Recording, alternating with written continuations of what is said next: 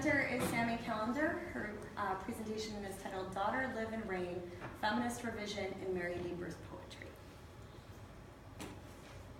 We seem to be special women here. We have liked to think of ourselves as special, and we have known that men would tolerate, even romanticize us as special, as long as our words and actions didn't threaten their privilege of tolerating or rejecting us, and our work according to their ideas of what a special woman ought to be. This quote by Adrienne Rich highlights on the masculine control over a woman's identity, and it is this statement that my author, Mary Leapor, focuses on in her poetry.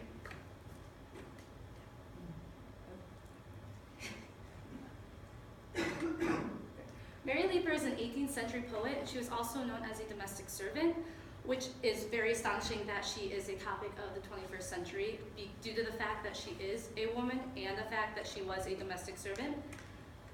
She attacks certain societal issues in her poem, especially from the time period, and especially focusing on the criticisms of the female in the 18th century, and she shows that specifically in her poems, The Headache to Aurelia, Man the Monarch, and Essay on Friendship.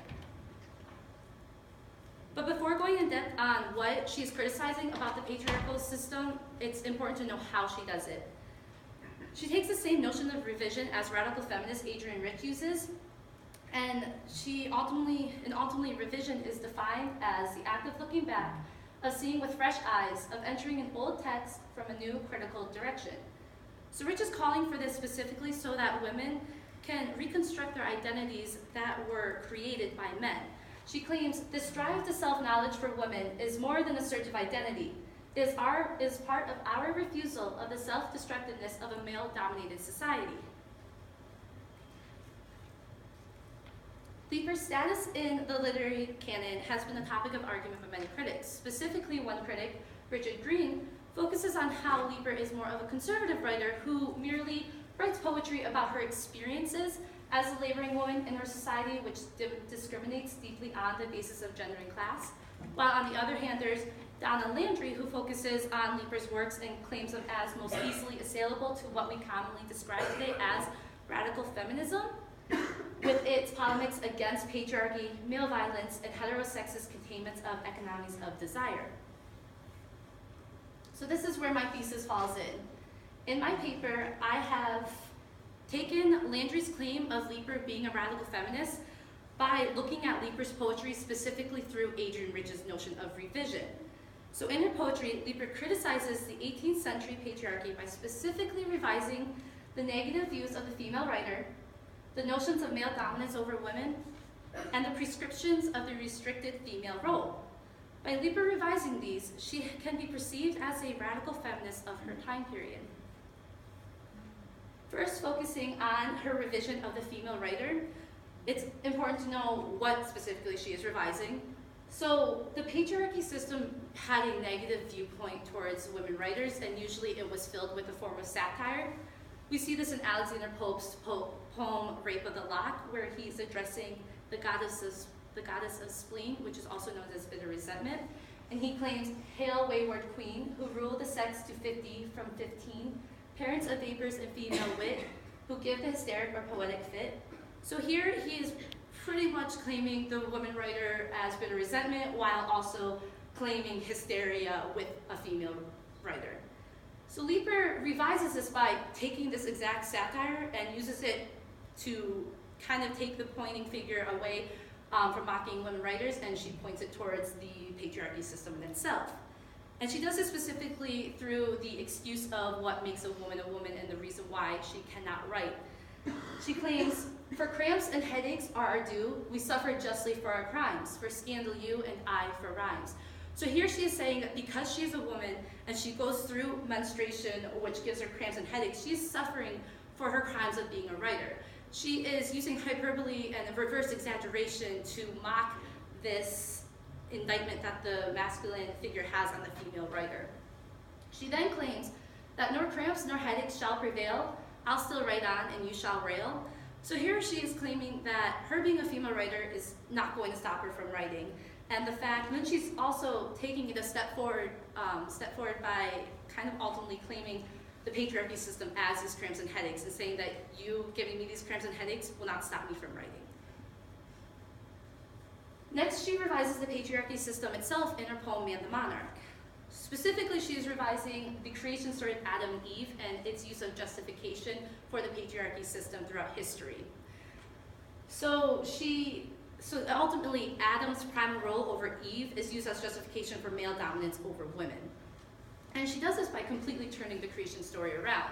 She first does it by taking God and replaces it with nature. God typically is viewed as a masculine figure in many literature works, while nature is viewed as a feminine. So by doing this, she's giving the poem she's giving the creation story a feminine connotation.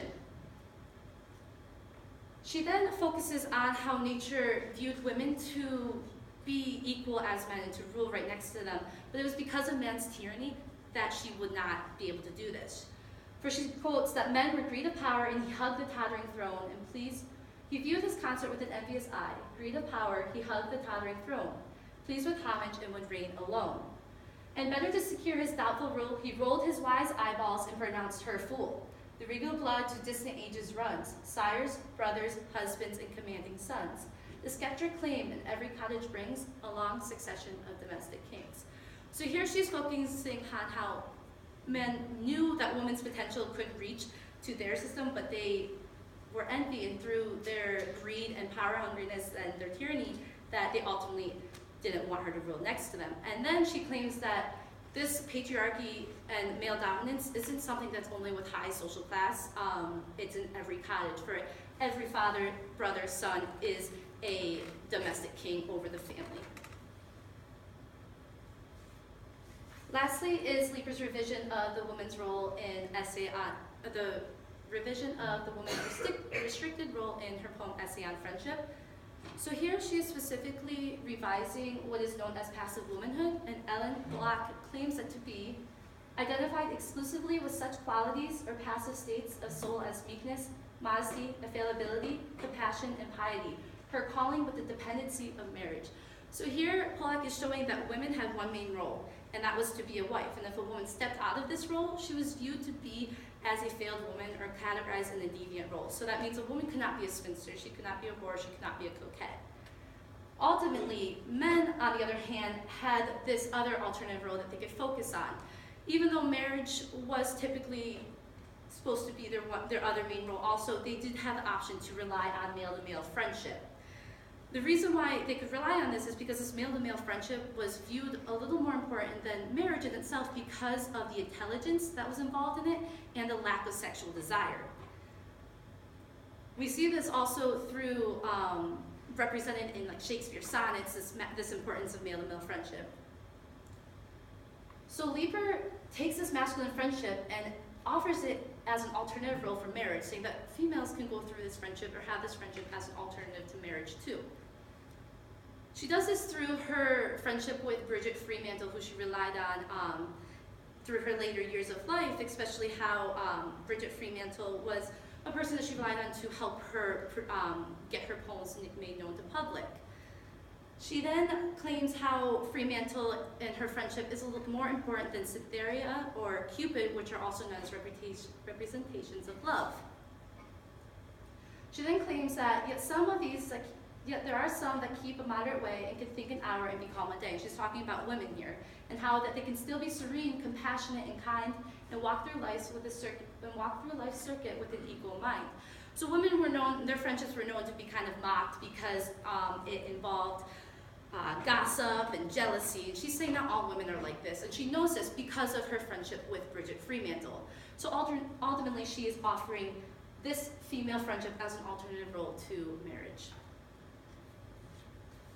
So ultimately, Leapor looked at how the female writer has been criticized, and how the female herself has been made trivial, and how they have been constricted to a specific role of wife. And she revises by proving how her writing defied the odds of the indictment of the female writer, and how she saw her potential was only weighed down through the tyranny of men, and how her friendship offered a new role outside of the role of wife.